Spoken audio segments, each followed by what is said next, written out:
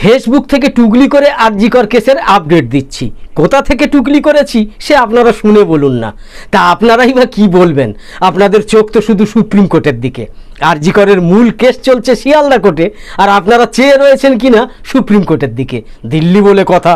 আসলে ব্যাপারটা কিন্তু গদি মিডিয়ার চাতুরি। আরজি করের মূল কেসটার বিচার যে কলকাতার শিয়ালদা কোর্টে হচ্ছে বা চলছে, সেটা যতটা পারা যায় মোটামুটি ভুলিয়ে রাখা।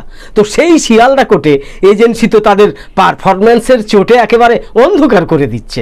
আজ সন্দীপ ঘোষকে শিয়ালদা আদালতে হাজির করানো হয়েছিল, নিশ্চয়ই জানেন। তার আইনজীবী বলেন, এর আগে সন্দীপকে নিজেদের হেফাজতে নিলেও জিজ্ঞাসাবাদ আদেও করেনি এজেন্সি।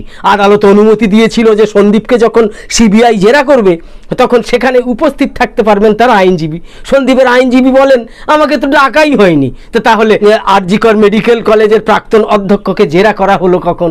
এছাড়াও তিনি বলেন যে সন্দীপের কোনো বয়ানই তো রেকর্ড করা হয়নি। এরপরেই সন্দীপ যে বয়ান দিয়েছেন তা দেখতে চান বিচারক।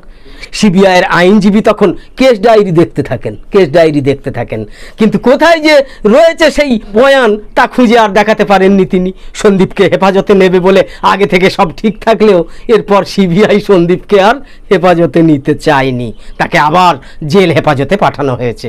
বোঝা গেল?